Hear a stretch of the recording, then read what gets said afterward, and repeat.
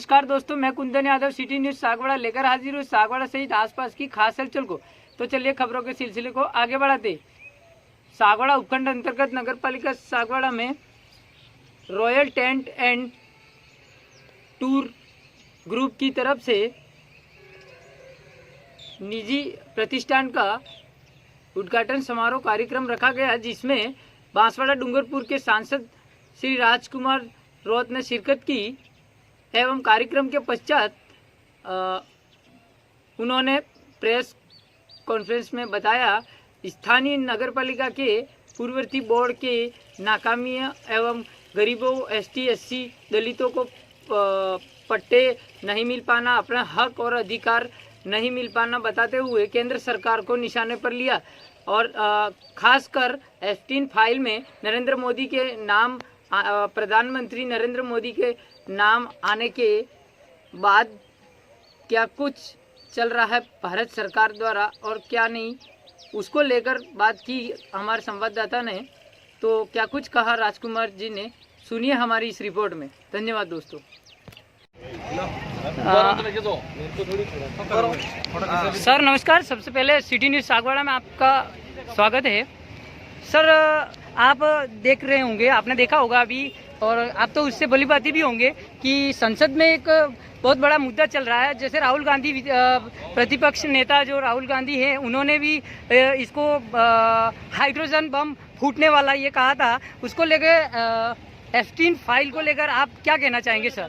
क्योंकि वागड़ की जनता F-3 के बारे में क्या समझ नहीं पाई। न्यूज़ चैनल के माध्यम से मेरे से पूछा कि F-3 फाइल के बारे में, F-3 फाइल के बारे में पूरे देश ही नहीं विश्व में चर्चा है। लेकिन इससे पहले मैं सागवाड़ा चैनल है और सागवाड़ा की धरती से बोल रहा हूँ। तो सागवाड़ा का जो मेजर इशू जो है, मैंने सागवाड़ा के आसपास जो देखा, जो ट्राइबल इलाका, SC, ST, SC जो परिवार हैं, वो यहाँ पर आज़ादी से पहले रह रहे हैं, लेकिन उनको आज भी जमीन का मालिकाना हक नहीं मिला हुआ है। इनका मकान बना हुआ है लेकिन उनको पट्टा नहीं मिला हुआ है। 1,500 से 2,000 परिवार ऐसे हैं जो आज़ादी से पहले रह रहे हैं। नगर पालिका, नगर परिषद नहीं आया था यहाँ पर, इससे पहले रह रहे हैं, लेकिन उनको जमीन का पट्टा नहीं मिला है और उसके लिए वो संघर्ष कर रहे हैं लंबे समय से। और नगर परिषद, नगर पालिका हर बार विकास के नाम पे उनको, अतिक्रमण के नाम पे उनको हटाने का काम करते हैं। तो ये मुहिम जो हम लोग भारत आदिवासी पार्टी के बैनर तले छेड़ रहे हैं, और सागवाड़ा नगर पालिका को समझना चाहिए कि सागवाड़ा नगर पालिका क्षेत्र के अंदर जो आदिवासी, दलित, पिछड़ा जो गरीब तबका रह रहा है, वो मात्र वोट बैंक नहीं है, वो अपनी जमीन का हकदार है। तो उनको पट्टे देने का, उनका जो अलॉटमेंट का जो प्रोसेस है वो कराने की जरूरत है। हालांकि नगर पालिका ही अनुसूचित क्षेत्र के अंदर असंवैधानिक है, असंवैधानिक तरीके से, क्योंकि राष्ट्रीय पार्टियों ने, जो सरकारें रही, इन लोगों ने आज तक ध्यान नहीं दिया। इस वजह से आदिवासी, दलित, पिछड़ों के साथ हर प्रकार से अन्याय हुआ है। रही बात F-3 का जो मामला आया, F-3 का जो प्रकरण है, जो आम व्यक्ति है, जो बुजुर्ग है, जो कभी स्कूल नहीं गया, उसको भी पता चल रहा है कि F-3 एक फाइल निकली है। इस फाइल में विश्व के जितने जो बड़े पॉलिटिशियन लीडर हैं, बड़े बिजनेसमैन हैं, बड़े ब्यूरोक्रेसी हैं, इन लोगों ने मतलब कहे कि नाबालिग बच्चों के साथ हैवानियत जो किया है, और इसमें भारत देश के प्रधानमंत्री जी का भी नाम आ रहा है, भारत देश के हमारे जो मिनिस्टर हैं, मंत्री का नाम आ रहा है, बड़े उद्योगपतियों का नाम आ रहा है। इसको लेके वर्तमान बीजेपी सरकार साइलेंट है, मौन है।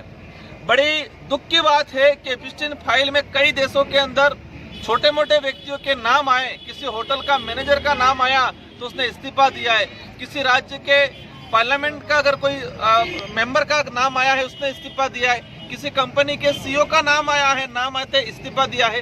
कई राज्यों के अंदर ब्यूरोक्रेसी ने, कई राज्यों के अंदर पॉलिटिकल लीडरों ने इस्तीफा दिया है। लेकिन भारत का दुर्भाग्य ये है कि वर्तमान डबल इंजन की दावा करने वाले लोग आज जो बैठे हुए हैं, F-3 फाइल में नाम आया है, मिनिस्टर खुद ने स्वीकार किया, मैं गया हूं, लेकिन मिनिस्टर आज पद पे बैठे हुए हैं। इससे बड़ा दुर्भाग्य नहीं हो सकता है।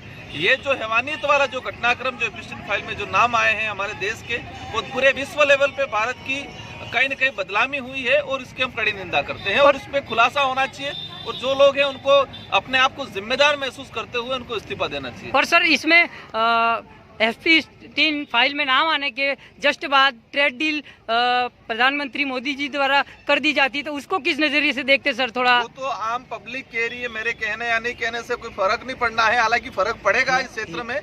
वो लोग गुमराह कर रहे हैं कि नहीं, ऐसा नहीं है। हम देखते हैं कि ट्रम्प डील का जो चला था, टेरिफ का जो प्रकरण चला था, ऊपर नीचे, और जैसे एपिस्टन की फाइल ओपन होने के बाद जिस तरह से डील हो गई, तो उससे कहीं न कहीं लगता है कि भारत के प्रधानमंत्री जी, भारत के जो वर्तमान जो ब्यूरोक्रेसी भारत के प्रधानमंत्री के नेतृत्व में उन्होंने घुटने टेकने का काम किया है।